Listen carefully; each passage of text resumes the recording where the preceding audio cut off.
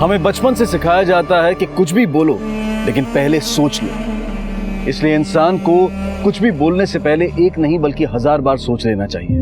और ऐसा इसलिए क्योंकि इंसान कई बार कुछ ऐसी हरकतें कर बैठता है, कुछ ऐसी गलतियां कर बैठता है जिन्हें ना तो पलटा जा सकता है, ना सुधारा जा सकता है और ना ही उनका कोई समाधान हो सकता है। इनफैक्ट कई बार तो आम लोग, ऐसे लोग जिनका कोई क्रिमिनल बैकग्राउंड नहीं है, वो ऐसी हरकतें, ऐसा कृत्य कर बैठते हैं कि अगर जिंदगी भर भी उसका भुगतान किया जाए तो उसका प्रायश्चित पूरा नहीं होता। हमारी आज की कहानी भी कुछ ऐसी ही घटनाओं से ताल्लुक रखती है जिनकी शुरुआत एक इंपल्स यानी कि आवेश में आकर होश खो देने से होती है। वसीम भाई गलती से हो गया, कॉलर छोड़ दो वसीम भाई। गलती? ये देख, ये स्क्रैच आई मेरी गाड़ी पे। इसका पैसा को तेरा बाप भरेगा? वसीम भाई मैं भर दूंगा जो भी होगा। वसीम भाई जो मैं भर दूंगा। नहीं मम्मी खून साले। अरे रुको, अरे क्या कर रहे हो वसीम साहब? पहले बेटे को संभालो, देखो कितना खून बह रहा है। अस्पताल लेके जाओ। तूने मेरे बेटे का खून निकाला ना, अभी वैसे ही उससे ज्यादा खून तेरी बेटी का निकालूंगा। वो तेरी बेटी है ना, छोड़ूंगा नहीं उसको मैं। अरे वसीम भाई छोड़ूंगा नहीं, बच्चा भी खून हो जाएगा। लेके जाओ, खून बह रहा है।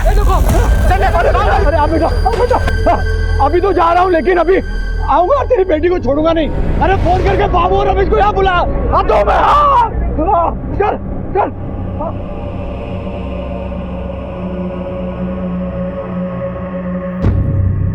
जा रही हूँ मैं घर छोड़कर। देखा ना वो वसीम का बच्चा कैसे धमकी देकर गया है, मेरी बच्ची की जान ले लेगा। तू बेकार में डर रही है, दिमाग खराब हो गया क्या तेरा? हाँ मेरा दिमाग खराब हो गया और तुम अपना देख लो। क्या खून खराब करना इतना जरूरी है? माही देखो, चुप रहो।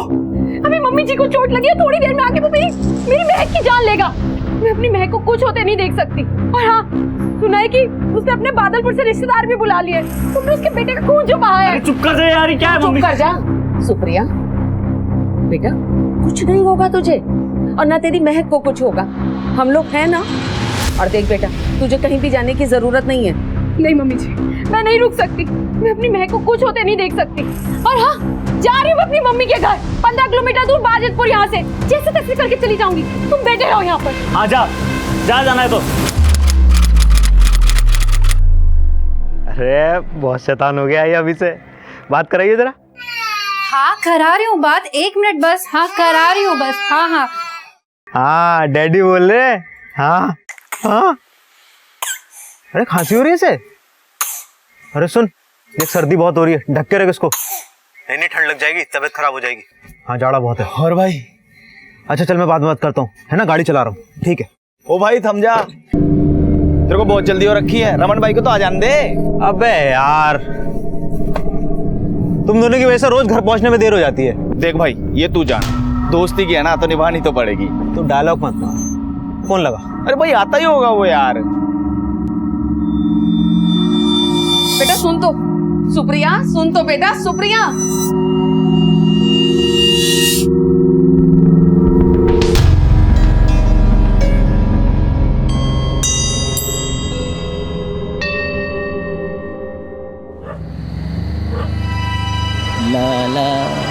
अरे यार रमन भाई, यार तुमसे थोड़ा जल्दी ना आ जाता? क्या चंदू कैसे सवाल करता है यार? दिमाग तो मेरा मालिक ने खराब कर रखा है, मुफ्त का ओवर टाइम कराता है।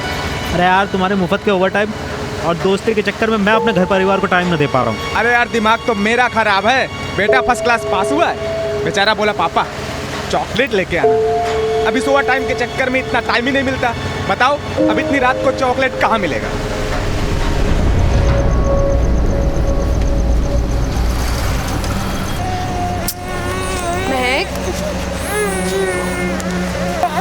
बच्चा, मेरा बच्चा ठंडी लग रही है।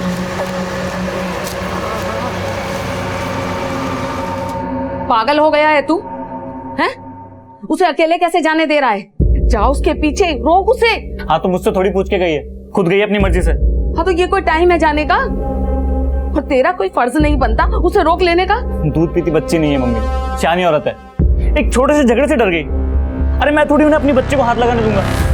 ब्रजेश मेरी बात मान, जाओ उसे ले आ।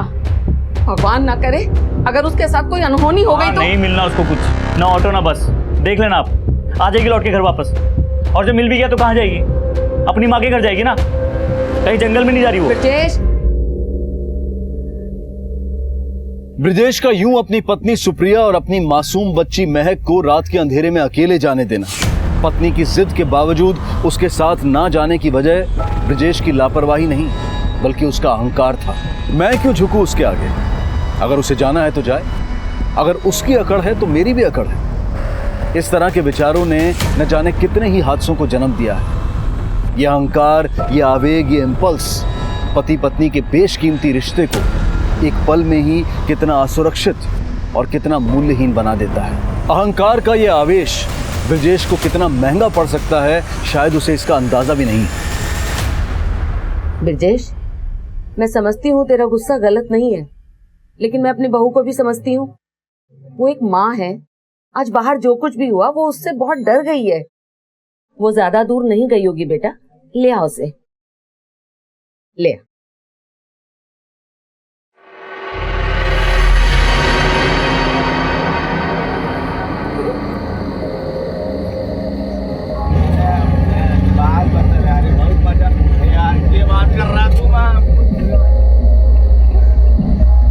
भाई साहब, बाजितपुर चलोगे क्या? हाँ जी चलेंगे, बैठ जाओ।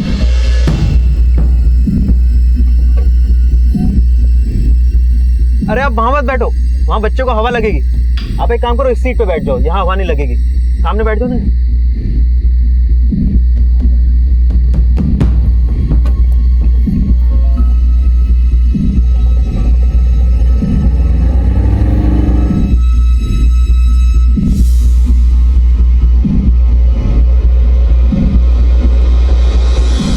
क्या हुआ ब्रिजेश, सुप्रिया मिली? नहीं मम्मी, उसे कोई ऑटो मिल गया होगा। The number you are trying to call is currently switched off. Phone भी बंद आ रहा है। तंग आ गया हूं मैं। इसे अपना फोन चार्ज करना कभी याद नहीं रहता। ऐसा कर, उसकी मम्मी से पूछ ले फोन करके। अब उन्हें भी टेंशन दो। आधे पौने घंटे में पहुंच जाएगी, तब फोन करके पूछ लूंगा उनसे। अब आप बैठिए, मैं खाना बनाता हूँ।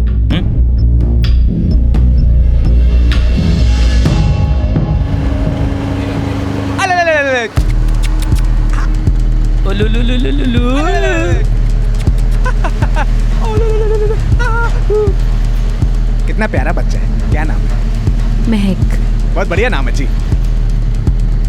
वैसे मैडम, आप इतनी रात को कहाँ जा रहे थे? मायके जा रही थी। अच्छा,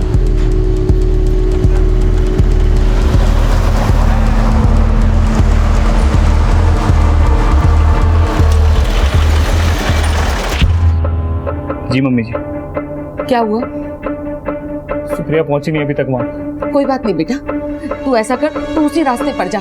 देखो उधर ही कहीं होगी, उसे कोई ऑटो मिला हो ना मिला हो, वो गुस्से में वहीं कहीं बैठी हो, तुझे मिल जाएगी। तू जा तो उस रास्ते पर जा, उसे लेकर जा, जा मिल जाएगी।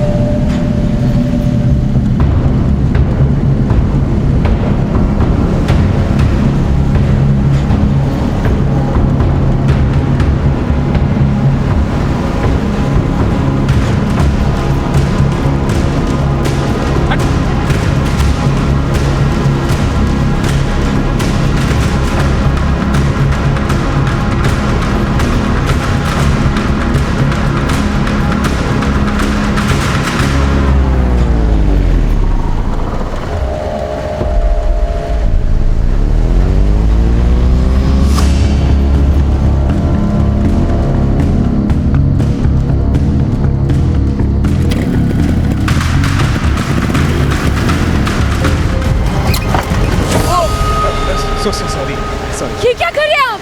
Very sorry. भैया गाड़ी रोकिए, आप, मुझे नहीं जाना आप लोगों के साथ, यही रोक दीजिए गाड़ी।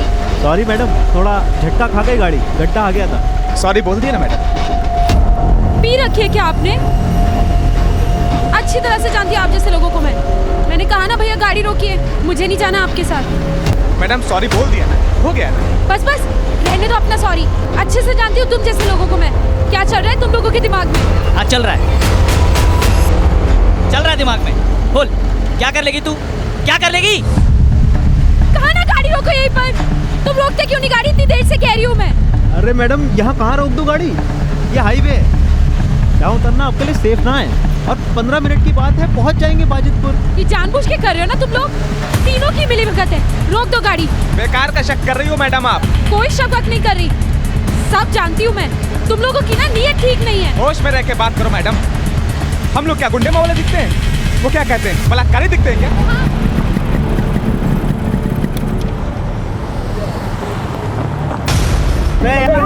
अगर हाईवे पे किसी ने देख लिया ना तो बहुत बड़ी मुसीबत हो जाएगी। अरे बिजू नहीं, छोड़ दो मुझे, छोड़ो मुझे। मैं तुम लोगों से तुम लोग छोड़ो, छोड़ दो मेरी बच्ची। बिजू छोड़, तू हट जा। बिजू छोड़, तू भी तो बता। चलो छोड़, चलो छोड़, नहीं क्या बोली, सुना नहीं तुमने? बिजू लड़के हो, रुक जा, क्या बोला उसने, सुना नहीं? क्या बोला बिजू? नहीं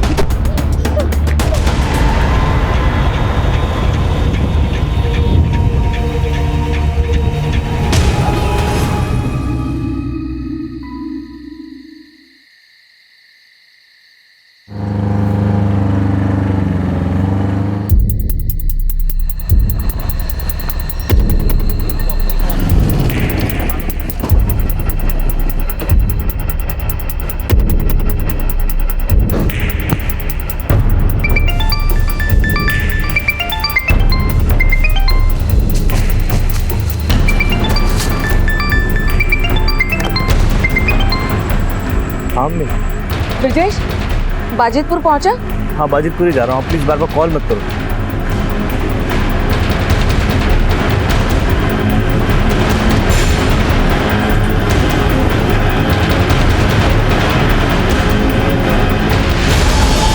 ये गलत है, ये सही नहीं किया तुमने। अरे कुछ गलत नहीं किया, कुछ चल के आई थी हमारे पास, ऊपर से धमकी अलग। मैं तो कहता हूँ बहती नदी में तू भी हाथ धो ले, अब कुछ ना कर पाएगी ये। मजे ले ले। देख, अगर तू कुछ नहीं करेगा ना तो भी तेरा नाम आएगा। मैं तो बोल रहा हूँ तू सारे अरमान पूरे कर ले। अरे जाना।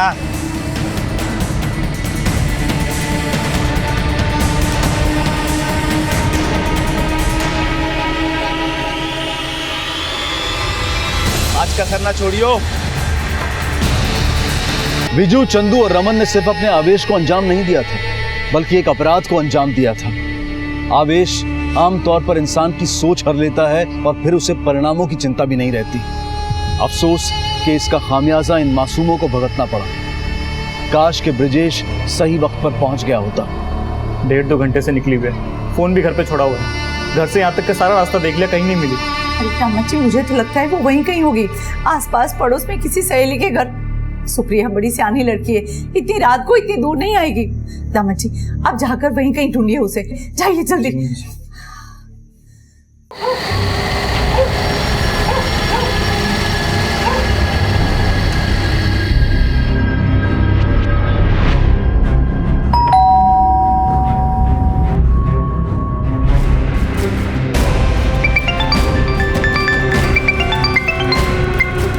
हाँ मम्मी। मिली क्या सुप्रिया? कहीं नहीं मिली, उसकी सारी सहेलियों के घर पे पूछ लिया मैंने। तो फिर तू ऐसा कर, सीधा मदनपुर थाने पहुंच, हमें रिपोर्ट करवानी पड़ेगी। ठीक है मम्मी। फिलहाल ये 3 लोग एक शैतानी अपराध करके फरार हो गए।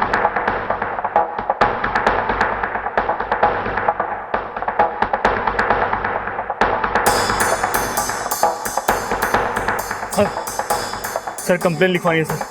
सर मेरी बीवी और बच्चे 5-6 घंटे से गायब है सर। हाँ भैया भाई, 24 घंटे से पहले रिपोर्ट ना लिखी जाती गुमशुदगी की।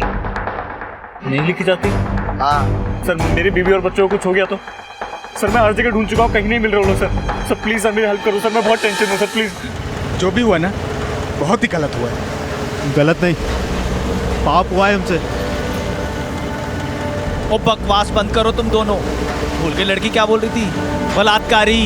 हाँ, पुलिस में जाने की धमकी दे रही थी, अब जाए पुलिस में। रमन भाई, आपकी बीवी को मरे हुए 3 साल हो गए ना, लेकिन आज तो बड़ा मजा आया होगा, हैं? और अब आप पाप पुण्य के प्रवचन दे रहे हैं। लाइफ को एंजॉय करो ना भाई, एंजॉय करो। भाई मैंने तो बड़ा एंजॉय किया। कैसी धमकी? सर मेरे हाथ में बसीन के बेटे को चोट लगी थी, तो उसने मेरी बेटी महक को नुकसान पहुंचाने की धमकी दी। तूने मेरे बेटे का खून निकाला ना, अभी वैसे ही उससे ज्यादा खून तेरी बेटी का निकालूंगा। यानी कि इसी धमकी की वजह से तुम्हारी बीवी बच्ची को लेकर घर छोड़कर चली गई? जी सर। ये भी तो हो सकता है कि आस पड़ोस में कहीं गई हो। नहीं सर, मैं आस पड़ोस में हर जगह देख चुका हूँ, वो कहीं नहीं मिली। भाई देखो ऐसा है, वैसे तो हम 24 घंटे से पहले कोई गुमशुदगी की रिपोर्ट लिखते नहीं, क्योंकि मामला औरत और बच्ची का है तो हम कार्रवाई करते हैं। उनकी तस्वीर है तुम्हारे पास? जी सर, मेरे फोन में। मदनपुर से बाजितपुर के बीच में जितने भी थाने हैं सब में ये फोटो सर्कुलेट करवा दो, सभी पीसीआर को अलर्ट कर दो। सर,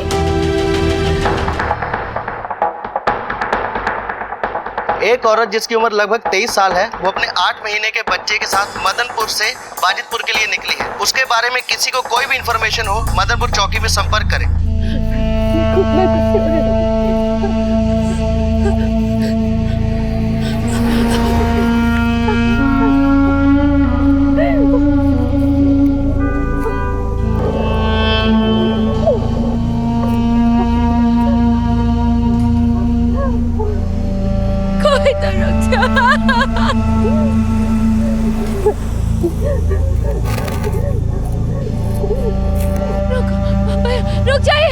जाइए। मेरी बच्ची को हॉस्पिटल, मेरी बच्ची हॉस्पिटल चले ना। ये तो वही लग रही है।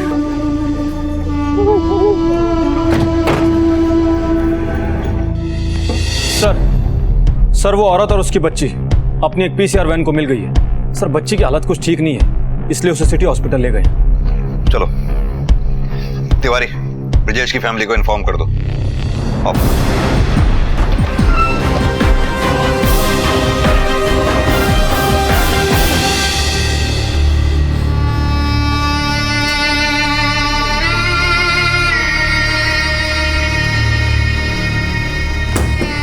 आइए जल्दी यहाँ। क्या हो गया?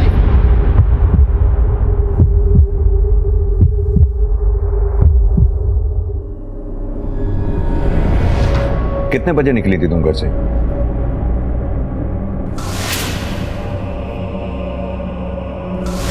मेरी बच्ची ला दो। मेरी बच्ची कहाँ है मेरी महक? तुम रात भर रही कहाँ? क्या हुआ है तुम्हारे साथ? तुम लेके गई थी ना मेरी बच्ची को। मेरी बच्ची ला कर दो। भूखी है, कल रात से भूखी है, वो छोटी सी है, समझ में नहीं आता। सुप्रिया, तुम्हारी बेटी अब नहीं रही। नहीं मतलब? अरे वो जिंदा है, लेकर आई हूँ मैं उसे कुछ नहीं हुआ, बस वो भूखी है। मेरी महक को ला दो, छोटी सी है वो। तुम्हें बताया ना, लेके गए थे मेरी बच्ची लाकर, तो वो छोटी है, भूखी है। संभालो अपने आप को सुप्रिया। दे दो सुप्रिया। सुप्रिया, बच्ची ला दो। तुम्हारी बेटी को मारा किसने? क्या हादसा हुआ था? और कौन था तुम्हारे साथ? अरे मेरी बच्ची बहुत छोटी है। तुम्हारे पति ब्रिजेश ने मारा या खुद तुमने ही मार डाला अपनी बेटी को? ला दो ना, तुम ला दो। कोई तुम इधर शरीर पर चोट के निशान कैसे? मेरी बच्ची का, मेरी बच्ची ला। किसी ने हमला किया तुम पर? बैठ जाओ सुप्रिया, सब पूछ रहे, बताओ। मेरी बच्ची शाम को कल हाथ से बहुत रो रही थी वो। मेरी छोटी सी बच्ची मेरे बिना नहीं रहती।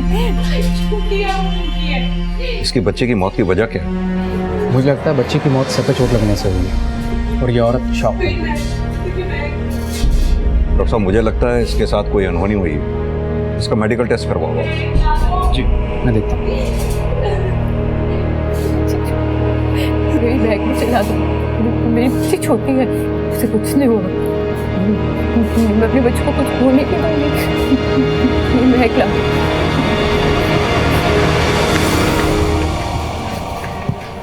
मैम मेरी बच्ची एडमिट हुई है महक नाम से, और मेरी वाइफ सुप्रिया भी। मैम कहाँ है वो लोग? वो मेरी बहू है, उसके साथ एक छोटी बच्ची भी है। मैम प्लीज बताओगे आप कहाँ हैं वो लोग? सर मेरी बच्ची महक कहाँ है सर? यही है।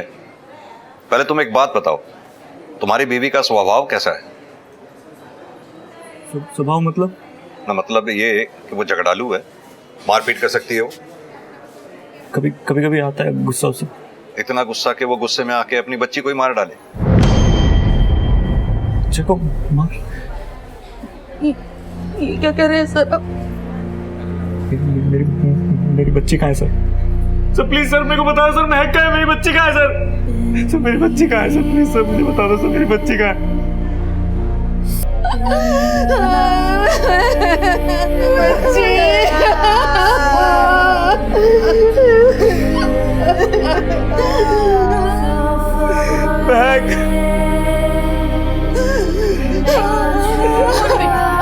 तेरी माँ आगे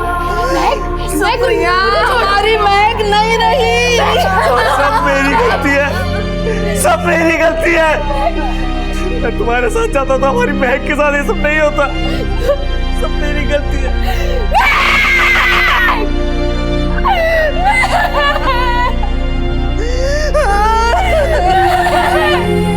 अपनी बेटी को नहीं बचा मैं, नहीं बचा मैं अपनी बेटी को। मेरी गलती है। मेरी बच्ची,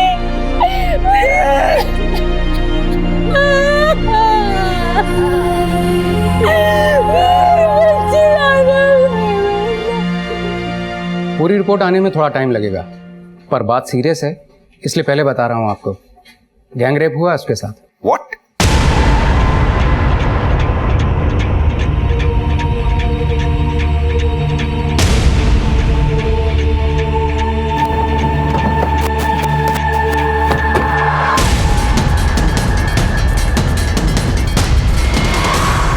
ये क्या कह रहे हैं आप?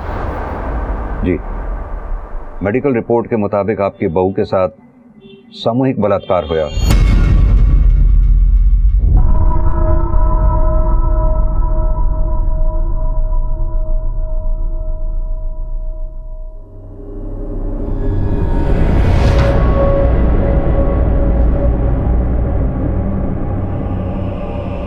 सुप्रिया, क्या हुआ था उस रात? देखो सुप्रिया, तुम्हारा बोलना बहुत जरूरी है ना। तो जिन्होंने ये सब किया है वो साफ बच लेंगे। समझने की कोशिश करो। तुम एक माँ हो, अपने बच्चे की खातिर ही बोलो। एक औरत हो, तुम्हारे ऊपर अत्याचार हुआ, उसके खिलाफ बोलोगी नहीं? बोल बेटा, बोल दे।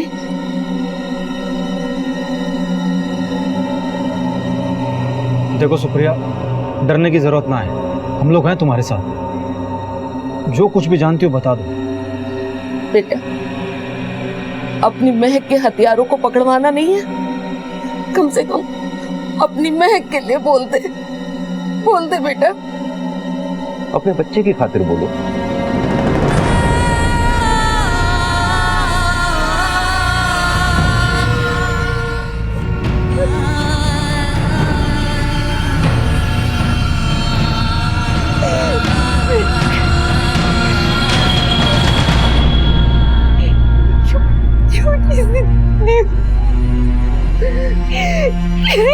क्या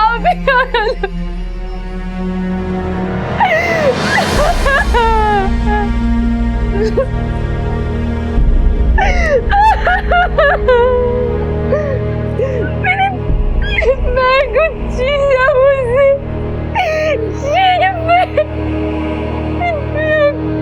आंखों के सामने में बच्चे की जान कुछ नहीं कर पाई, कुछ भी नहीं कर।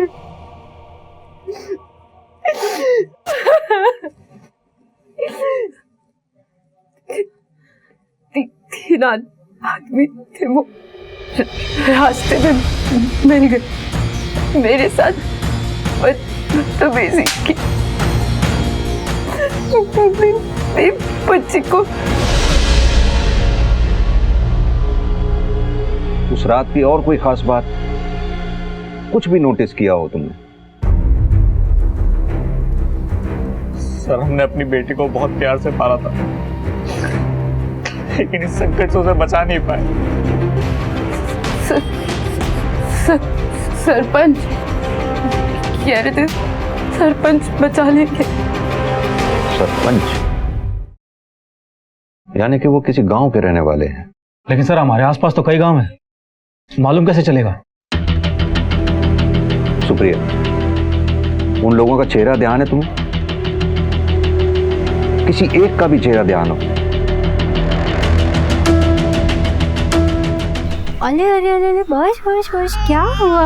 अले अले अले अले अले अले अरे क्या हुआ है तुम्हें? जब से आए हो ना सोए हो ना कुछ खाया है। अच्छा लो इसको संभालो, तब तक मैं इसकी दवाई लेके आती हूँ।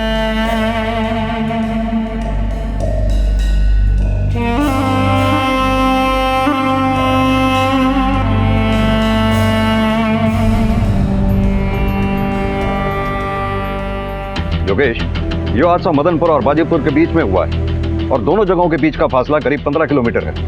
पीसीआर के मुताबिक सुप्रिया उन्हें जहां मिली थी वो एरिया मदनपुर से 10 किलोमीटर की दूरी पे है, यानी कि जो कुछ भी हुआ इसी बीच में हुआ। क्राइम स्पॉट पे भी जाके देखो, शायद कुछ मिले। सर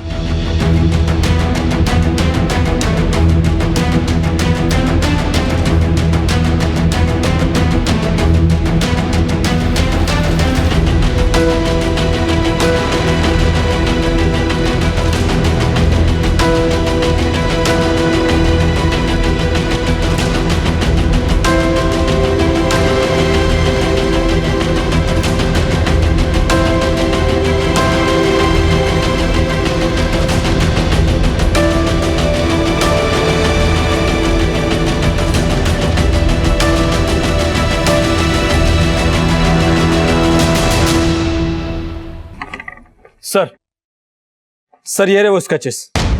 सर सुप्रिया के बताए हुलिये के मुताबिक ये दोनों स्केच उन दोनों रेपिस्ट से मैच नहीं कर पाए, जबकि सर ये स्केच मैच कर गया। सर ये स्केच उस ऑटो ड्राइवर का है जिसमें सुप्रिया बैठी थी। भाई साहब बाजितपुर चलोगे क्या? हाँ जी चलेंगे, बैठ जाओ। सर सुप्रिया के बच्चे की पोस्टमार्टम रिपोर्ट।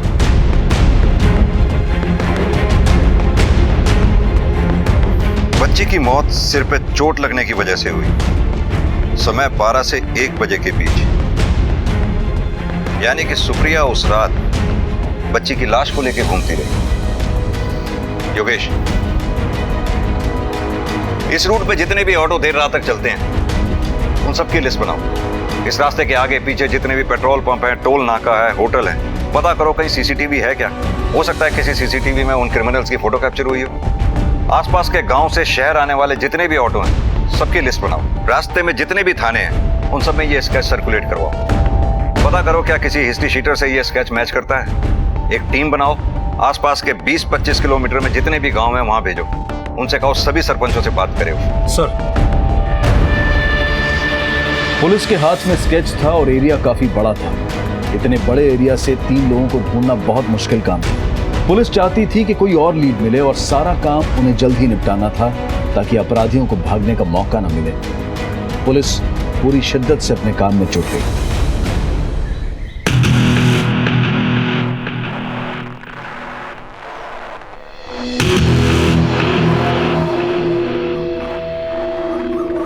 तो चल भाई, बहुत बैठ लिए, ऐश करके आते हैं। हाथ हटा, मुझे नहीं जाना कहीं। देख भाई, जो हुआ उसे भूल जा। एक काम करते हैं, नया शिकार करते हैं। बसंतपुर बहुत माल है उधर, आजा आजा। मुझे नहीं जाना कहीं। देख रमन, ये तो हो गया फट्टू। अब तू बता, तू साथ चलेगा या नहीं, या फिर यहाँ बैठ के अपनी बीवी का गम मनाता रहेगा? देख, उस दिन की बात मत कर। देख भाई, कुछ ना होगा, मैं हूं ना, मैं सब संभाल लूंगा। और भाई एक बात बता, तुझे बीवी की कभी महसूस हुई? नहीं ना? मजे लिए थे ना तूने? आगे मजे लेने हैं ना, बहुत मजे लेंगे हम लोग। लेगा ना मजे? लेगा ना? हाँ चल। अरे शर्म कर ले थोड़ी। उस दिन जो हुआ है ना वो सही ना था। तेरे प्रवचन है ना वो तेरे पास ही रख, अब बदहजमी होने लगी है। अगर कुछ देना है ना तो ऑटो की चाबी दे ला। काम करना, मुझे नहीं देना अपना ऑटो। ना दे अपना ऑटो, मेरे पास भी है माल वाला टेम्पो, उसमें शिकार को बिठा लेंगे। तू चल भाई, नहीं तो नया प्रवचन देने लगेगा। आजा, चल चल चल, आजा भाई।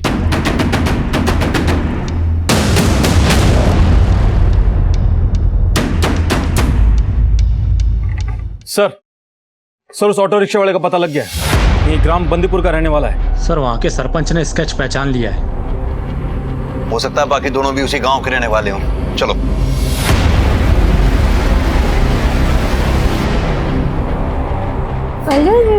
अरे बच्चा, अरे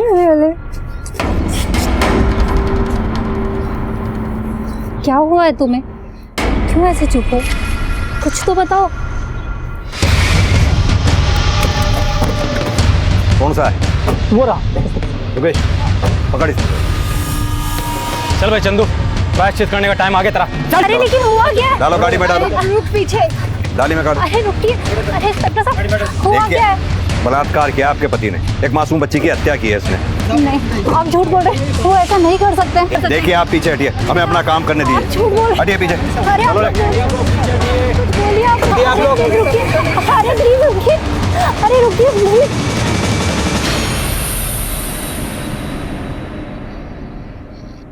बोल। गलती हो गई साहब, दोस्तों के बहकावे में शराब पी रखी थी साहब। मैंने खुद को रोकने की कोशिश की लेकिन नीयत खराब हो गई साहब। नीयत खराब हो गई थी? नीयत? बच्ची को क्यों मारा? और तेरा तो एक बेटा भी है ना, जरा सा भी ख्याल ना है तुझे? बोल। साहब उसके सर पे शैतान सवार था, लड़की उसके हाथ से आ रही थी, इसलिए गुस्से में उसने उससे बच्ची। किसने? तेरे साथ दो लोग थे, कौन है वो दोनों? रमन पाल और विजू कुमार।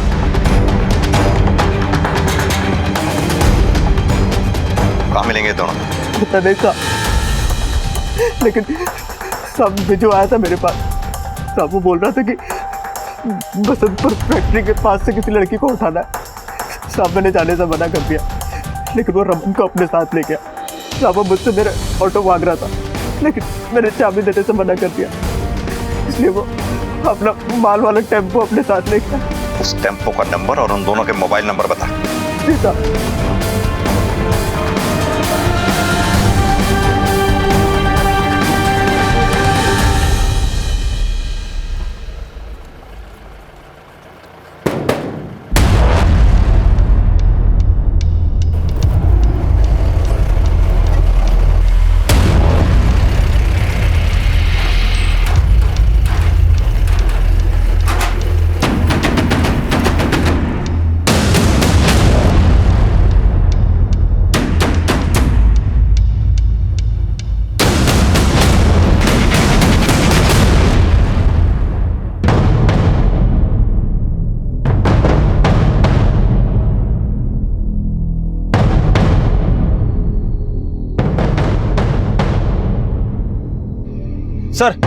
सर वो रहा टेम्पो जिसके बारे में चंदू ने हमें बताया था, 9329।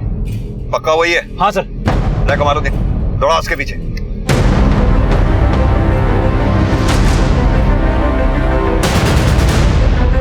बिच्छू, हाँ लगता है पीछे पुलिस गाड़ी।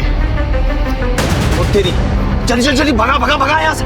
वो आगे से देख, आगे आगे आगे राइट से सीधा जंगल रास्ता जाता है। लगा इसके आगे।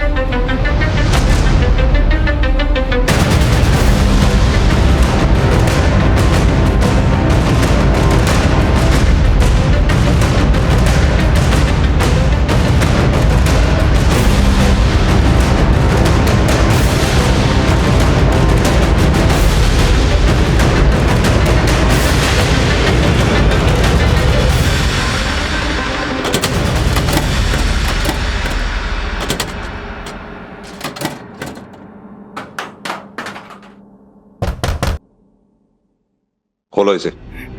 बलात्कारी बोला था उसने आपसे,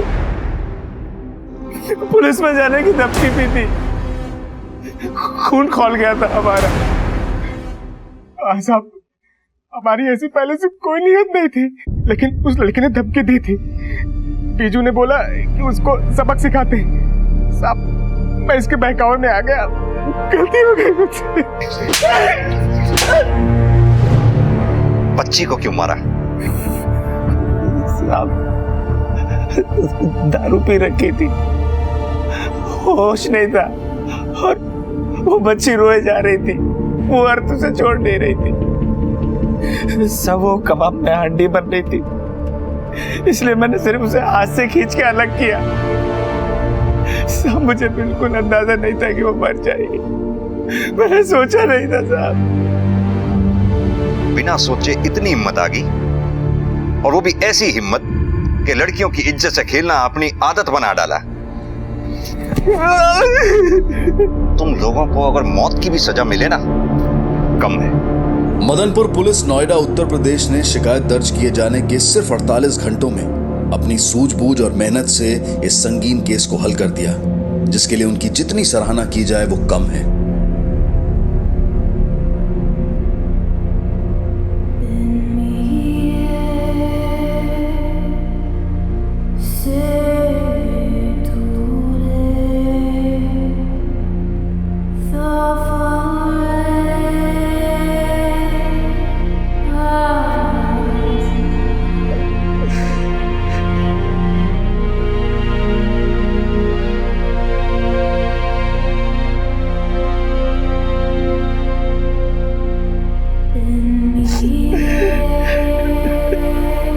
रमन, चंदू और विजू को दिल्ली की एक सत्र अदालत ने इस जघन्य अपराध के लिए मौत की सजा सुनाई। काश इन लोगों ने अपने आवेश को समय रहते नियंत्रण में कर लिया होता।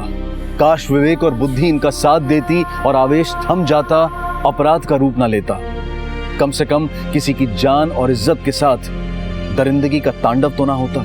लेकिन यहाँ पर आवेश में अपराधी नहीं बल्कि विक्टिम का संबंधी, बच्ची का पिता और सुप्रिया का पति ब्रिजेश भी था।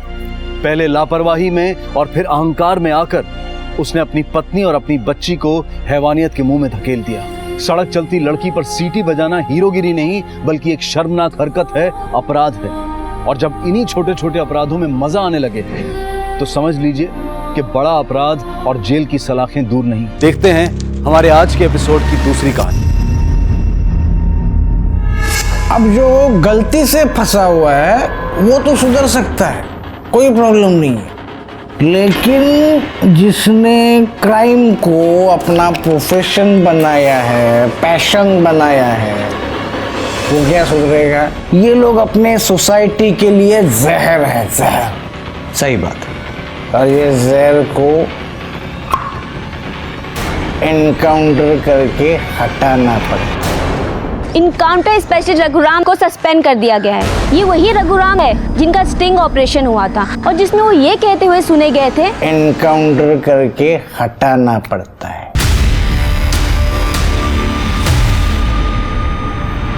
सर, आपको फेक इनकाउंटर के चार्ज पे सस्पेंड किया गया है। इनकाउंटर के नाम पे आपने मर्डर किया है। सर, आप अपनी सफाई में कुछ कहना चाहेंगे? अपनी बेगुनाही के लिए कुछ कहना चाहेंगे?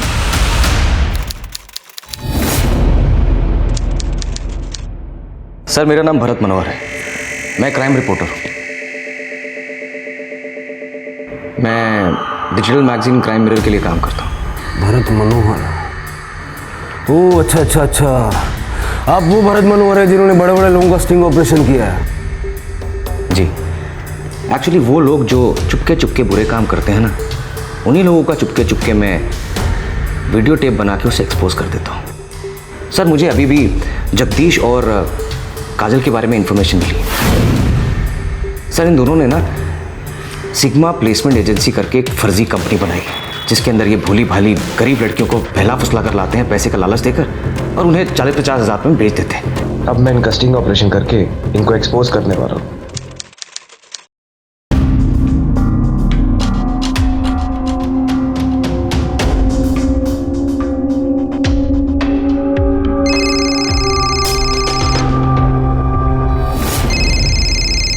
चलो।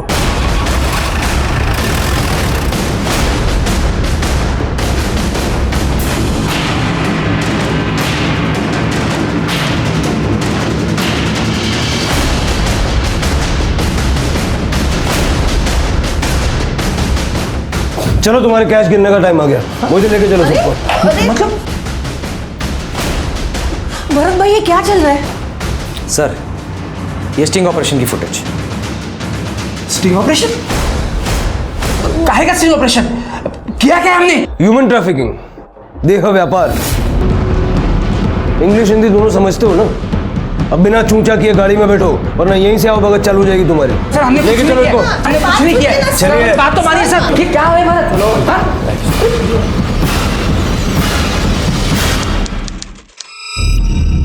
देखिए सर, हमारी एक छोटी सी कंपनी है, घर काम के लिए बाई दिलाना, डोमेस्टिक हेल्प प्रोवाइड करना हमारा काम है और उसी लिए हमने उन 2 लड़कियों को वहां पर बुलाया था।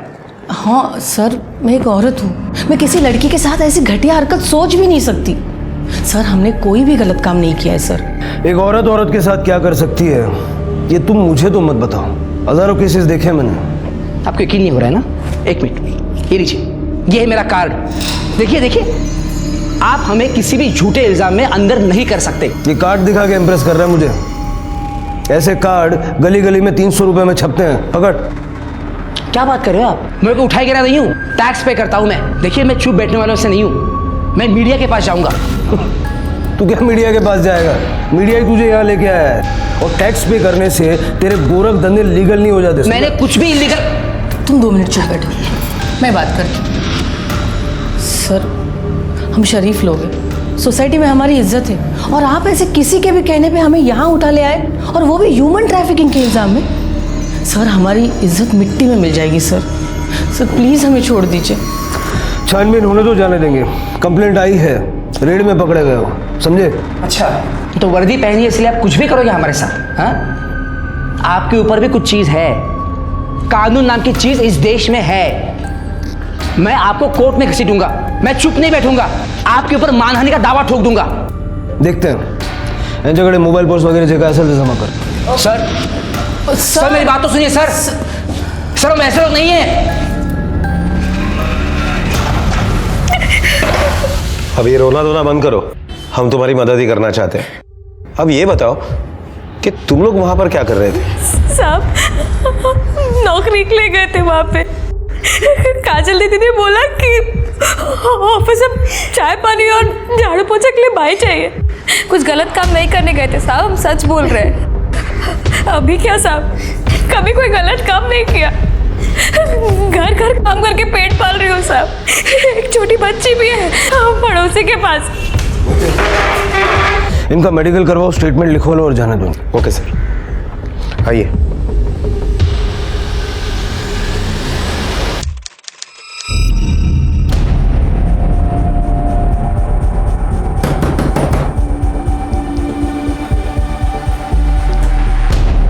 जी कहिए। साहब, हम लोग भी टेंशन में, पता नहीं कहाँ चले गए। दोपहर से गायब हो। उसकी मिसिंग कंप्लेंट लिखवाने पुलिस स्टेशन जाने को सोच रहे थे। और साहब, मुंबई उसके लिए नया है। हमारा गांव तो जलगांव है। मैं भी उससे पहले बाबा के पास ही रहती थी। जब शादी हो गई तो यहाँ पे आ गई। पिछले साल जब बाबा चल बसे तो रेनू अकेली हो गई, इसलिए मैं उसे यहाँ पे ले आई। जब से यहाँ पे आई है, इसी मोहल्ले से बाहर कहीं पे भी नहीं गई। इस मोहल्ले में कोई स्कूल भी नहीं है, तो क्या उसकी पढ़ाई बंद हो चुकी थी? साहब, मैं एक छोटी सी कंपनी में काम करता हूँ, बहुत कम पगार है। महीने का खर्चा निकालना मुश्किल है, उसकी पढ़ाई का खर्चा कहाँ से उठा था? साहब, हम लोग तो सोचे थे 18 की हो जाएगा तो अच्छी कंपनी में छोटी मोटी नौकरी पे लगा देंगे, पर वो तो 10वीं भी पास नहीं है। कौन देगा उसे अच्छी नौकरी? आपकी बहन एक प्रोस्टिट्यूशन रैकेट के रेड में पकड़ी गई है। फिलहाल तो कुछ साबित नहीं हुआ है, इसलिए हम पूछताछ कर रहे हैं।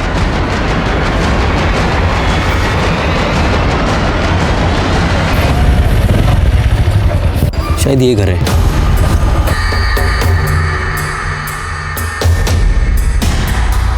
यहाँ तो लॉक है।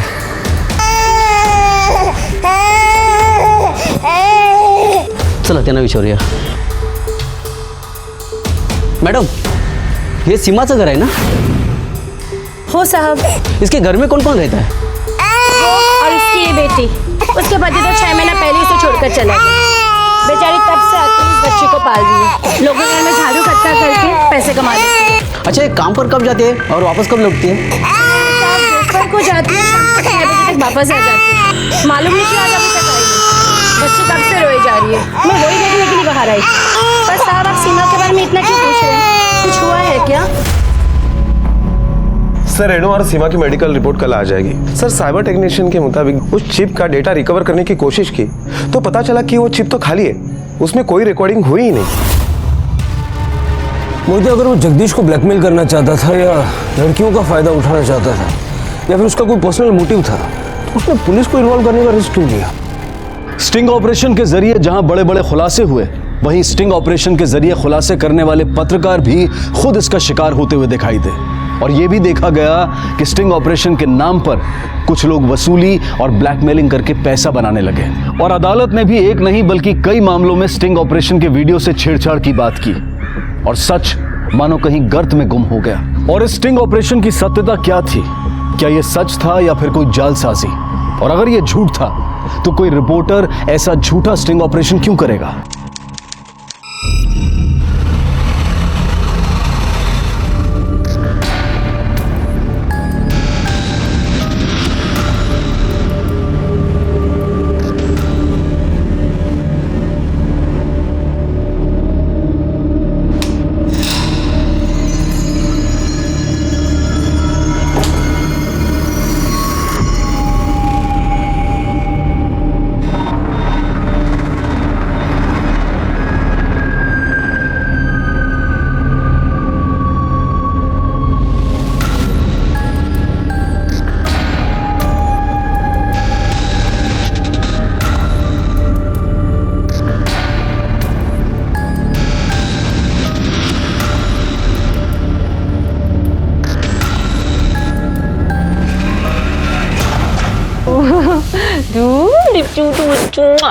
अच्छा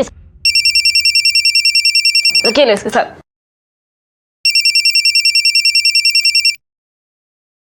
हाँ बोलो। मैं भरत बोल रहा हूँ। जानती हूँ, क्यों फोन किया ये बताओ। देखो सरिता, मेरे साथ इतना हार्श होने की जरूरत नहीं। मैं जानता हूँ हमारे बीच के रिश्ते सारे खत्म हो गए हैं, लेकिन मेरी बेटी है तुम्हारे घर में, जिसे मिलने के लिए मुझे कोर्ट ने इजाजत दी है। और मैंने तुम्हें यही याद दिलाने के लिए फोन किया था कि कल मेरी उससे मिलने की तारीख है। कल मुझे कुछ जरूरी काम है, तुम नेक्स्ट वीक मिल लेना। सरिता प्लीज ऐसा मत करो।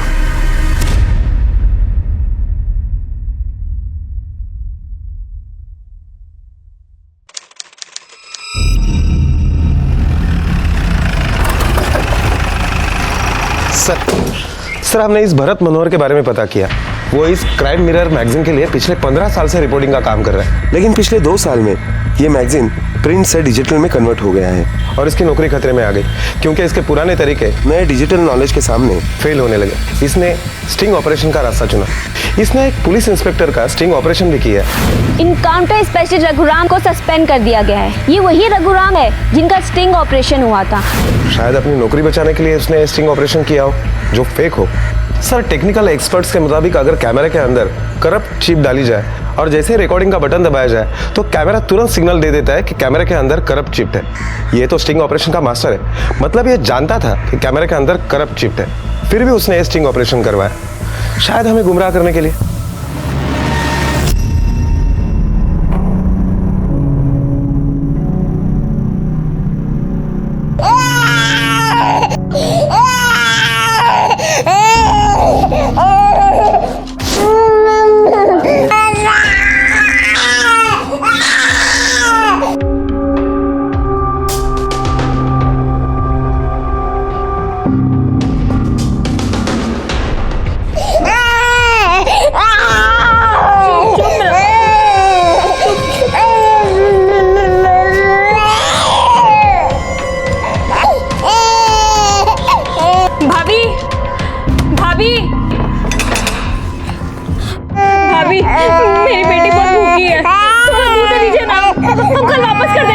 माफी करो, हम ना गरीब लोग हैं, हमारे पास इतना नहीं है कि हम बांटते फिरे। और तुझे पैसों की क्या जरूरत है?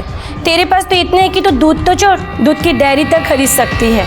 तू कितनी सती सावित्री है ना, ये मैं बहुत अच्छी तरीके से जान चुकी हूँ। और तेरे जैसी औरत के साथ बात करके ना मैं अपनी बदनामी नहीं करवाना चाहती हूँ। चल निकल यहाँ से। भाभी सुनिए ना, भाभी बात सुनिए ना, भाभी।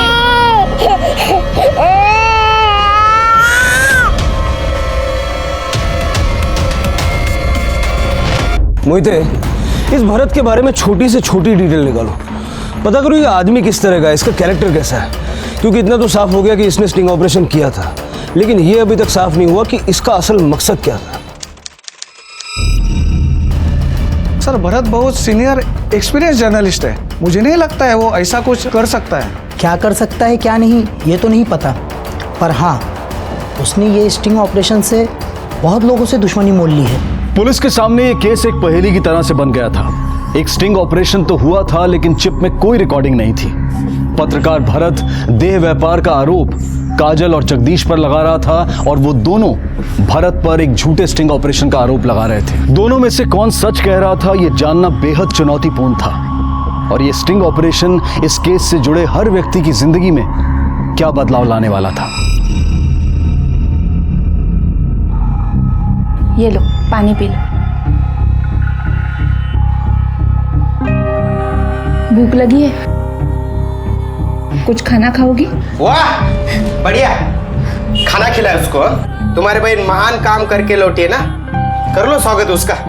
चल चल यहाँ से निकल, चल यहाँ से निकल, चल चल निकल। नहीं तू ऐसे नहीं मानेंगे ना, यहाँ से निकल। तेरे जैसे लड़के को यहाँ कहाँ पे जाएगी वो? बहुत ठिकाने आप उसके पास, कहीं पे भी जाए, लेकिन यहाँ नहीं रह सकते हो। मुझे समाज में रहने का है। एक बात सुन, मेरे पीठ पीछे उससे बात की या मिली ना तो तुझे घर से निकाल दूंगा, समझिए?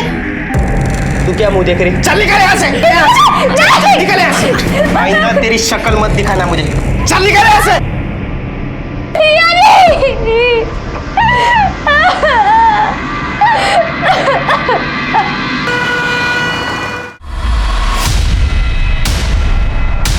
इसका मेडिकल करवा के इसको घर भेज दिया था ना? हाँ सर। रिया क्या कर रही है? सर मेरे जीजा जी ने मुझे घर से बाहर निकाल दिया। अब मैं कहाँ जाऊँ? उनके अलावा मेरा इस दुनिया में कोई नहीं है। आई बाबा के जाने के बाद दीदी मुझे मुंबई ले आई। जीजा जी ज़्यादा नहीं कमाते थे, इसीलिए उन्हें भी मैं बोझ लगने लगी। हमेशा ताने देते रहते थे, मुझे भी और दीदी को भी। वहीं पे ये मुन्ना भी रहता था। और एक दिन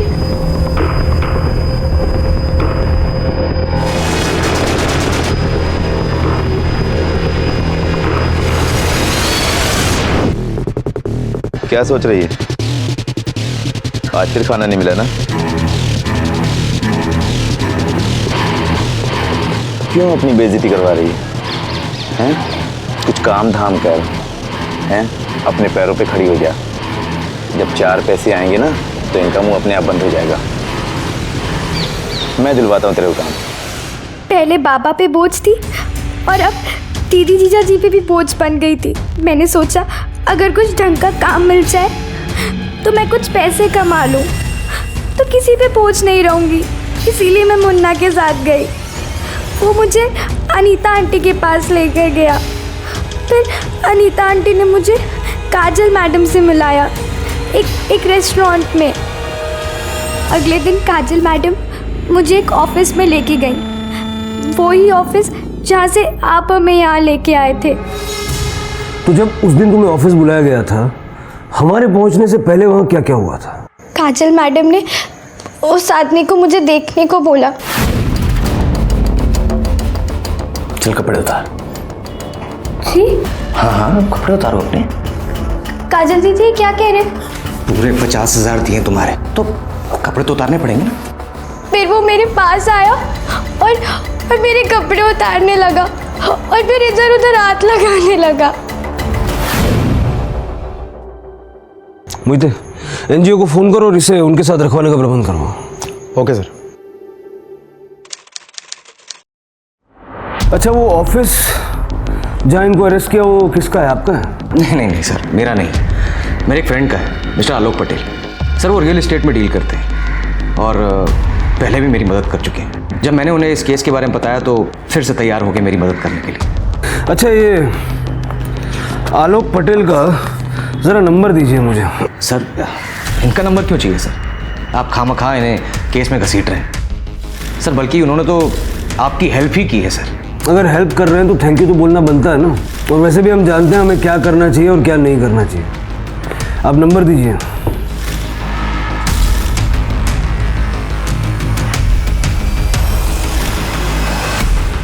सर मैं आलोक पटेल। भरत मनोहर का कहना है कि आपने हमारी हेल्प करने के लिए अपना ऑफिस उनको स्टिंग ऑपरेशन करने के लिए दिया। आज हमने वहाँ पर रेड की, वहाँ से हमने 2 लड़कियों को और 2 एजेंट्स को गिरफ्तार किया है। तो क्या आप पहले से जानते थे कि आपके ऑफिस में ऐसा कुछ होने वाला है और आपकी ऑफिस कुछ दिनों के लिए सील हो सकती है? सर भरत को मैं काफ़ी टाइम से जानता हूँ। इन्होंने कहा था कि इनको ऑफिस में कोई मीटिंग लेनी है, इसलिए मैंने इन्हें ऑफिस दिया था। लेकिन ये स्टिंग ऑपरेशन और ह्यूमन ट्रैफिकिंग का नाम भी नहीं लिया इसने। तो ऐसे ही भरोसा करके ऑफिस दे दिया? इस बात का क्या सबूत है कि तुम इसमें शामिल नहीं हो?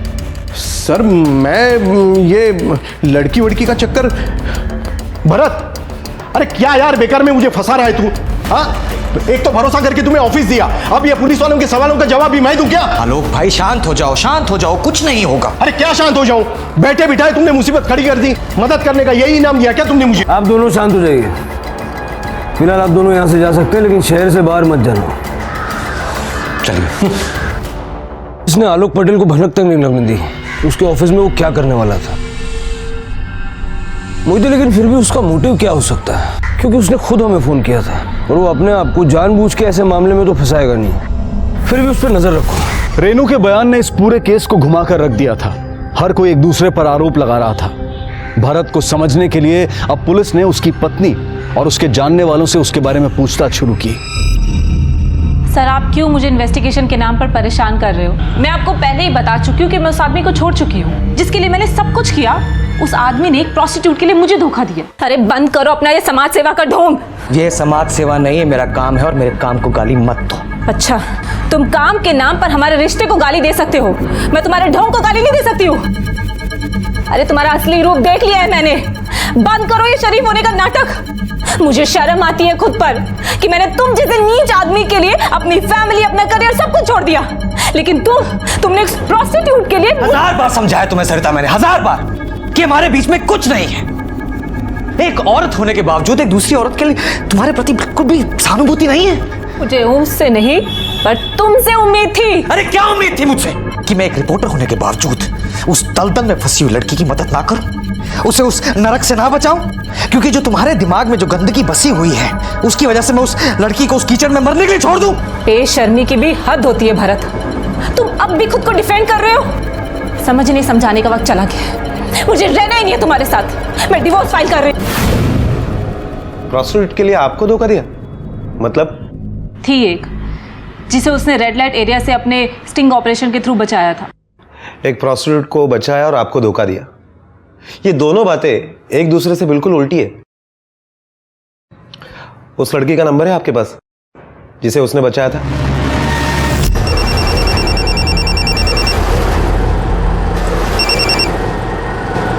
हेलो जी, मैं दिव्या बात कर रही हूँ।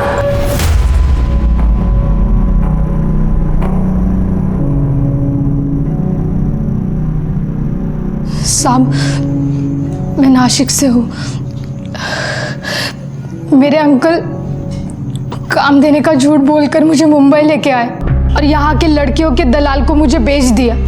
सब वहाँ पे मैं अकेली लड़की नहीं थी, मेरे जैसी और बहुत सारी लड़कियाँ थी जिनके साथ दिन रात बहुत बुरा काम होता था। तो फिर तुम वहाँ से बाहर कैसे निकले? भरत साहब जैसे नेक इंसान की वजह से मैं वहाँ से बाहर निकल पाई सर।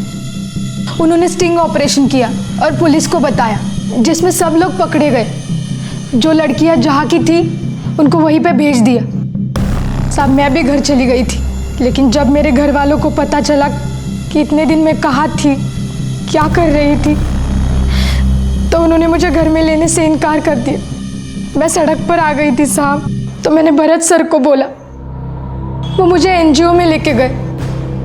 तो जब भरत ने तुम्हारे लिए इतना कुछ किया तो उसने उसकी कोई कीमत मांगी? मेरा मतलब है फिजिकल फेवर या ऐसा कुछ?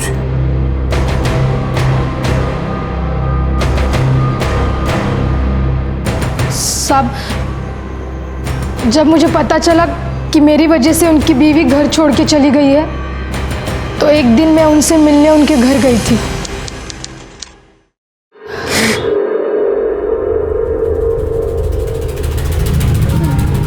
सर, ये सब मेरी वजह से हुआ है। ना ही आप मेरी मदद करते और ना आपकी बीवी आप पर शक खाती। आप चाहे ना तो मैं उनसे मिलकर उनको समझा सकती हूँ कि वो जो कुछ समझ रही है, सोच रही है, वो सब गलत है। मैं सब कुछ कर चुका हूँ। वो मेरी बात मानने को तैयार ही नहीं है। मेरा परिवार टूट गया, मेरा घर टूट गया, मुझे समझ में नहीं आ रहा मैं क्या करूँ, समझ में नहीं आ रहा।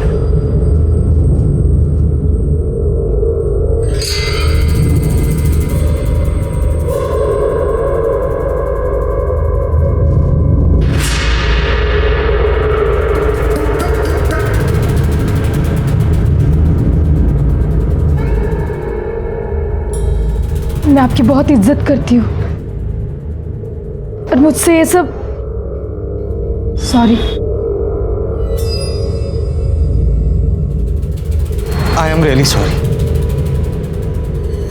I am sorry. साहब, भरत सर जैसा आदमी मैंने जिंदगी में पहली बार देखा है, जिनको मना करने पर उन्होंने खुद को रोका नहीं बल्कि मुझसे माफी भी मांगी। वरना जिंदगी में जो भी मिला है नोच खाने वाला ही मिला है। भरत सर बहुत अच्छे इंसान है। ठीक है, तुम जा सकते हो।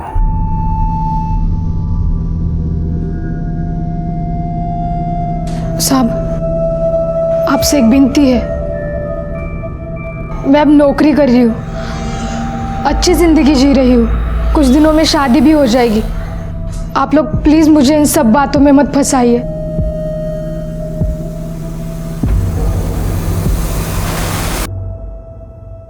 मुझे इसकी बात पे विश्वास करना थोड़ा मुश्किल है। मुझे लगता है ये सच नहीं बोल रही। अगर भरत ने इसके साथ कुछ गलत किया भी होगा तो ये छुपा रही है, क्योंकि अब इसके साथ सब कुछ ठीक है और ये नहीं चाहती है कि इसके पास की वजह से इसका फ्यूचर खराब हो। मोहिते, भरत को वापस बुलाओ। मिस्टर मनोहर, डिटेल में बताइए ये स्टिंग ऑपरेशन आपने कैसे किया? सर, मैंने इनकी कंपनी के ऑफिस पे फ़ोन किया और इन्होंने मुझे गोरई बोरीवली वेस्ट वाले एड्रेस पर बुलाया।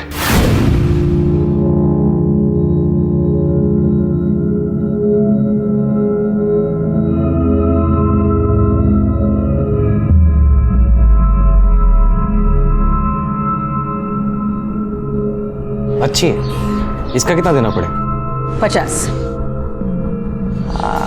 ठीक है, एक काम कीजिए, आप मेरे दहीसर वाले ऑफिस में आ जाइए, वहाँ मिलके डील फाइनल कर लेते हैं।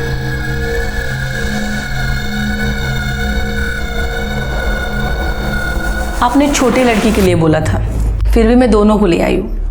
एक बार देख लो और जिसको रखना है वो बता दो।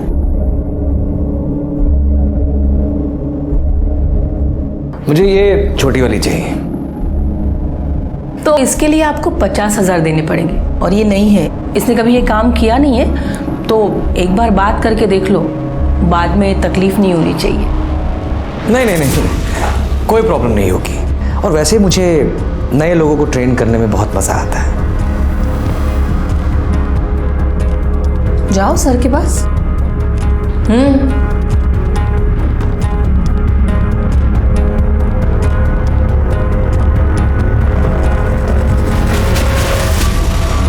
क्या नाम है तुम्हारा? रेनू। कितने साल की हो तुम? पिछले महीने 15 साल की हुई हूँ।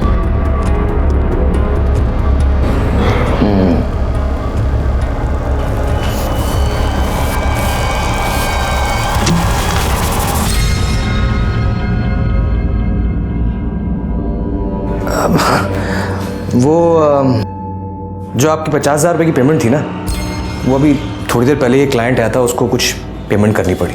नहीं, 20,000 रुपये है मेरे पास, तो मैं काम करता हूँ, बाकी के 30,000 जो है ना वो एटीएम से निकाल लेता हूँ। एटीएम सामने ही है। हाँ ठीक है, आप लोग यहाँ बैठिए, मैं एटीएम से पैसे निकाल कर आता हूँ।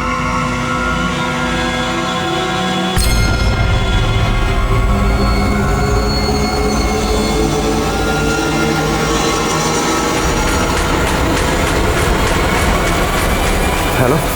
लेकिन जगदीश और लड़कियों का कहना है कि आपने उन्हें वहां घर काम के लिए बाई चाहिए ऐसा बोल के बुलाया था। वो कोई देह व्यापार नहीं करते और आप उन पे झूठा इल्जाम लगा रहे हो। भरत के बयान के उलट रेनू का कुछ और ही कहना था। रेनू ने उस पर शारीरिक उत्पीड़न और जबरदस्ती संबंध बनाने का आरोप लगाया था। सर, आपके हिसाब से मैंने उसके सारे कपड़े उतारे और उसे मोलेस्ट किया, मगर ग्लास के उस कैबिन के बाहर सबने देखा होगा ना सर, उनमें से किसी ने भी कुछ नहीं बोला। क्यों? क्योंकि सर आपने उनमें से किसी की भी स्टेटमेंट ही नहीं ली, क्योंकि अगर आप लेते तो आपका झूठ पकड़ा जाता। शायद सर आप भूल रहे हैं कि वहां मैंने आपको बुलाया था। चलो मान लेते हैं कि तुमने कुछ नहीं किया और ये स्टिंग ऑपरेशन तुम्हारे काम का हिस्सा था। पुलिस को बुलाया, वो भी अच्छा काम किया, लेकिन अपने स्टिंग ऑपरेशन को सच दिखाने के लिए तुम्हें लड़की के पास जाना पड़ा होगा, उसे छूना भी पड़ा होगा।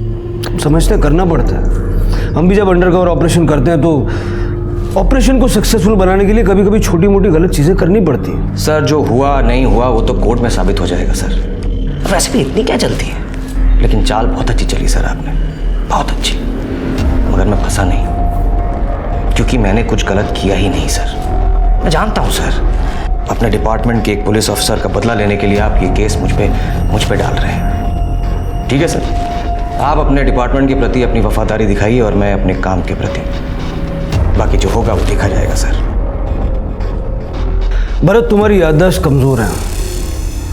तुम भूल गए कि जिस दिन हमने रेड डाली थी उस दिन छुट्टी थी और ऑफिस में जगदीश, काजल, तुम्हारे और उन 2 लड़कियों के अलावा और कोई नहीं था।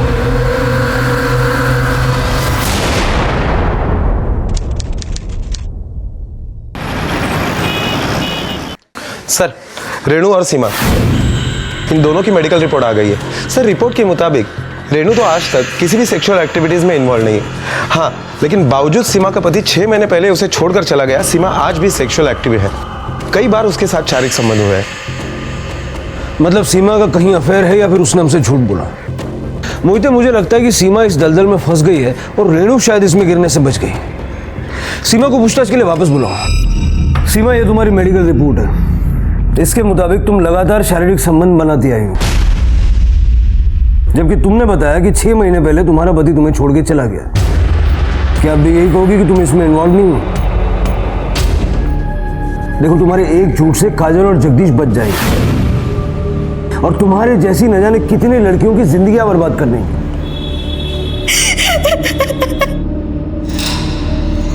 साहब, जो भी किया मजबूरी में किया, मर्जी नहीं थी हमारी। कैसी मजबूरी? साहब, हम छपरा से 16 साल की उम्र में हमारी शादी हो गई। पति के साथ हम मुंबई आ गए। अभी 6 महीने पहले हमारी एक बेटी हुई है साहब। पति को लड़का चाहिए था, इतना नाराज हुआ लड़की होने पे कि छोड़कर ही चला गया। हमने अपनी मर्जी से बेटी पैदा की थी क्या साहब? वो तो बाप है, अब भाग गए। हम तो माँ है ना साहब, अपनी बेटी को कैसे छोड़ के जा सकते हैं? उसके दूध के लिए भी पैसे नहीं है हमारे पास। ऊपर से वो मकान मालिक हर बात पे धमकी देता है कि वो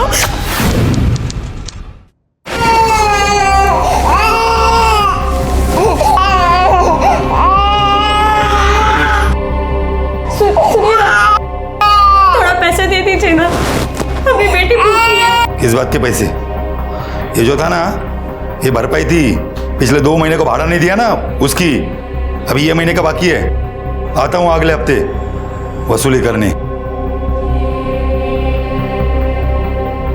अच्छा, पैसे चाहिए ना तुझे? एक औरत है, तू बोले तो मिलवा देता हूँ उससे। वो तुझे लोगों के घर में झाड़ू कट्टे का काम दिलवा देगी।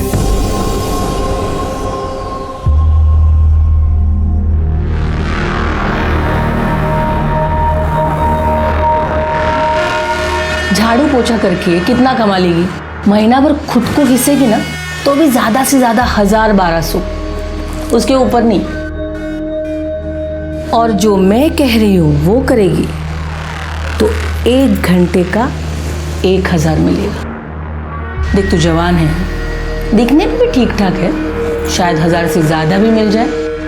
हाँ, और किसी कस्टमर का तुझ पे दिल आ गया तो क्या कहना? आप हमें कौन से काम के लिए बोल रहे हैं? सब समझ रही है तू, बच्ची नहीं है, खुद का बच्चा पालना है तुझे। पैसे की भूख भी नहीं है तुझे। देख, दिन में 1 कस्टमर करने का और खुश रहने का, बाद में पूरा दिन बच्चे को संभालने का। शुरू में थोड़ा लगेगा, बाद में आदत हो जाएगी। अरे सिर्फ 10 मिनट का काम है, तेरा कुछ भी नहीं जाएगा और बच्चा भी एकदम अच्छे से पल जाएगा। खुद के बारे में मत सोच, बच्चे का सोच। हाँ, बोल, क्या बोलती है? हाँ,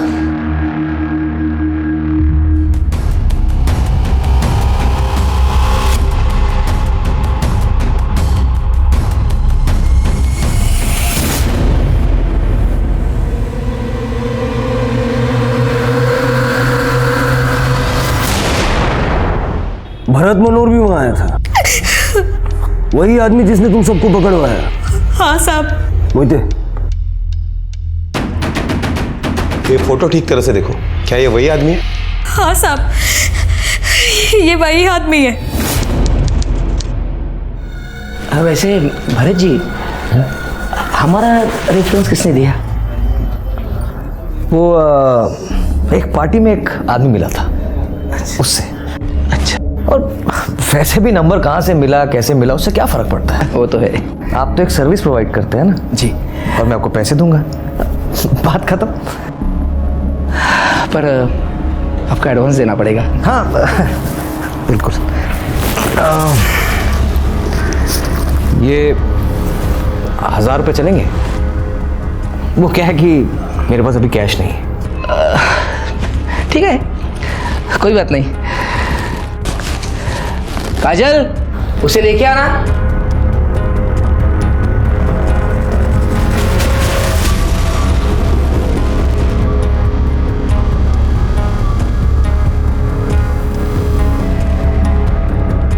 देखिए सर, ये चलेगी आपको? I mean, आप चाहे तो चेक कर सकते हैं। हाँ, अच्छी है ये।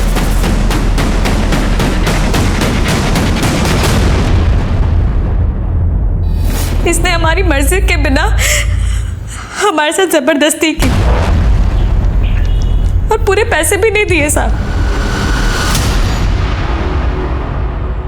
इसको ऐसे लगाना है, लगाओ, ये लो, लगाओ, लगाओ। हाँ, अच्छे। इसको ऐसे लगाओ, ऐसे।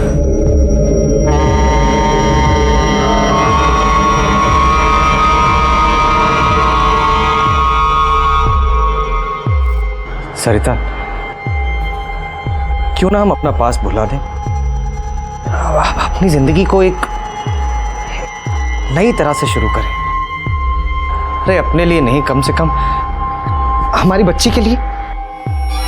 उसे तुम जैसे बाप की जरूरत नहीं है,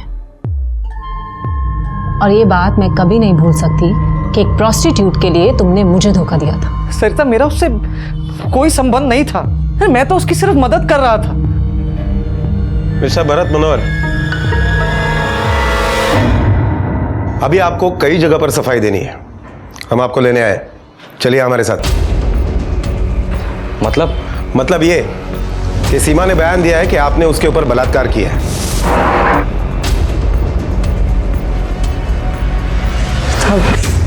और उसके बयान के आधार पर हम आपको गिरफ्तार करने आए हैं।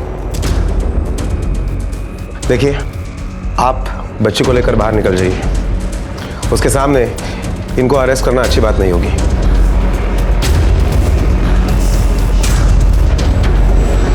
सरिता, सरिता,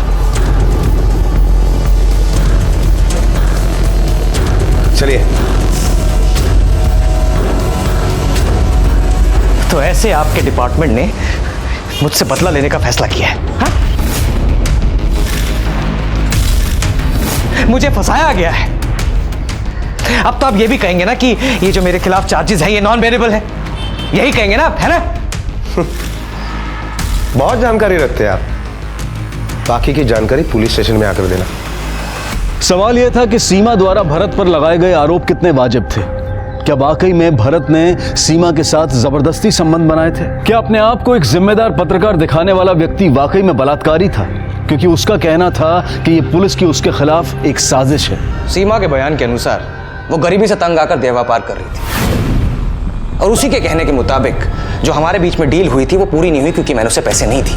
तो उससे ये कहां से साबित होता है कि मैं उसका रेप कर रहा था सर? तो ये साबित होता है सर कि जो कुछ भी हुआ उसकी मर्जी, उसकी रजामंदी से हुआ सर। ये रही आपकी इल्जाम की बात।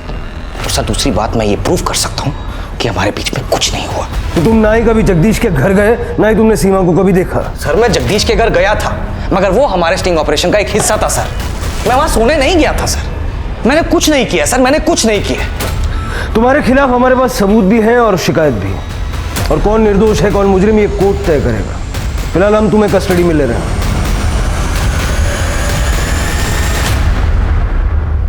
मोहिते, अगर जगदीश प्रजापति देह व्यापार कर रहा है तो उसके घर पे भी कुछ ना कुछ सबूत तो मिलेंगे। जरा देखो।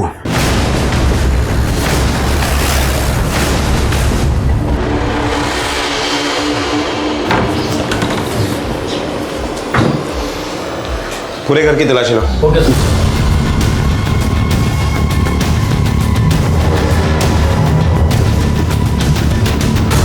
सर, हार्ड डिस्क मिला है।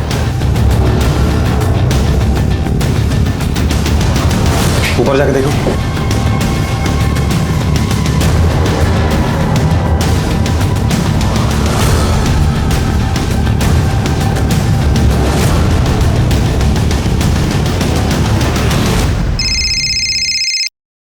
हाँ मोहिते बोल। सर, हमें जगदीश प्रजापति के घर से एक डेस्कटॉप कंप्यूटर की हार्ड डिस्क, एक रजिस्टर और एक बिल बुक मिला है। वो हार्ड डिस्क हमें साइबर सेल में भेज दी है। शायद हमें उससे कुछ प्रूफ मिले। गुड गुड गुड मोहिते, तुम लोगों का भांडा फूट चुका है। सीमा ने सारी पोल खोल दी तुम लोगों की। तुम दोनों ने ही सीमा को प्रोस्टिट्यूशन में धकेला था और तुम्हारी ये डोमेस्टिक हेल्प की कंपनी एक दिखावा है। अब सच सच बोलोगे या दूसरे तरीके अपनाए? सर, मैं सच कहता हूँ, हमने ये कंपनी डोमेस्टिक हेल्प के लिए खोली थी, लेकिन उसमें ज्यादा कमाई नहीं हो रही थी। फिर ये ऑप्शन सामने आ गया तो हम लालच में आ गए। तो फिर तुम्हारे अलावा और कितने सीधे साधे लालची लोग इन्वॉल्व हैं इसमें? मुन्ना यादव और अनीता त्रिपाठी, ये दोनों हमें लड़की अलाग कर देते थे। गरीब मजबूर लड़कियों को काम देने का झांसा देके हमारे पास लाते थे और हमें बेच देते थे। और ये भरत मनोहर का क्या लेना देना है? उसने हमें नहीं, आपको भी धोखा दिया है सर। पहले उसने लड़कियों के साथ मजे लूटे और उसके बाद आपको दिखाने के लिए ये स्टिंग ऑपरेशन का नाटक किया। ये केस पेचीदा हो गया था, स्थिति जड़ हो गई थी। पुलिस को ऐसे कोई पुख्ता सबूत नहीं मिल पाए थे जिन्हें वो भरत मनोहर के खिलाफ कोर्ट में पेश कर पाए। दूसरी तरफ सीमा के बयान एक दूसरे के विपरीत जा रहे थे। एक बार उसने कहा कि भरत ने काजल को पैसे दिए थे और दूसरी तरफ वो इस बात से इनकार कर रही थी। इस हालत में सीमा को भरत के खिलाफ कोर्ट में पेश नहीं किया जा सकता था क्योंकि इसका फायदा भी भरत को ही मिलता। सारी इन्वेस्टिगेशन गड्ढमड हो गई थी। जब उम्मीद की कोई किरण नहीं थी तब एक राह खुली और पुलिस की दूसरी टुकड़ी ने मुन्ना पांडे और अनीता त्रिपाठी को ढूंढ निकाला, जो इस देह व्यापार में लिप्त और दो कड़ियां थी और शायद इस केस को और रफ्तार देने वाली थी। बताता हूँ साहब, सब बताता हूँ। मैं ही रेणु को अनीता के पास में लेके गया था साहब, लेकिन क्या करता था साहब, पैसे की बहुत ज्यादा तंगी थी। लेकिन साहब मैं उसको अनीता के पास लेके गया, इतना ही किया साहब। तो किसी के साथ कुछ गलत नहीं किया साहब, किसी के साथ कुछ गलत नहीं किया। उठाओ उसको।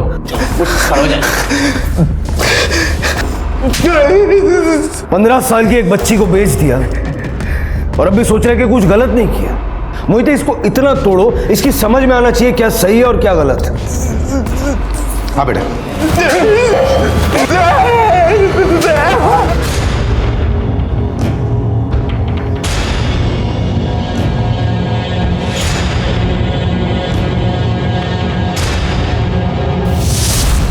पहचानते हो इसे?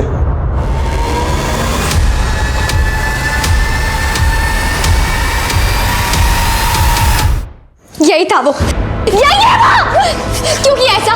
यही था जिसने मेरी जिंदगी बर्बाद कर दी। क्यों किया तूने ऐसा? क्यों किया? क्यों किया? क्यों किया? बोल, क्यों किया तूने ऐसा? देखिए, उसको लेके जा। क्यों किया?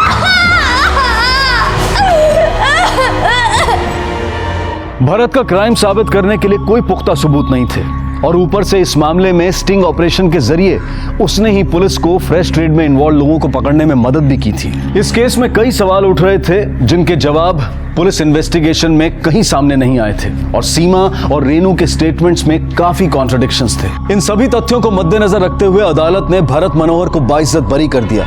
जगदीश और काजल प्रजापति को वेश्यावृत्ति के लिए और मुन्ना पांडे और अनीता त्रिपाठी को नाबालिग लड़कियों को अगवा करने और बेचने के लिए आईपीसी की धारा 366, 372 और 373 के तहत सजा सुनाई गई। रेनू के अनाथ, गरीब और बेसहारा होने ने ही उसे दलदल की तरफ धकेला था और सीमा अपनी बच्ची के लिए दूध खरीदने के लिए बिक गई थी। जिन हालात में इंसान के प्रति सहानुभूति होनी चाहिए, उन्हीं का फायदा उठाना इंसानियत के पतन की निशानी है।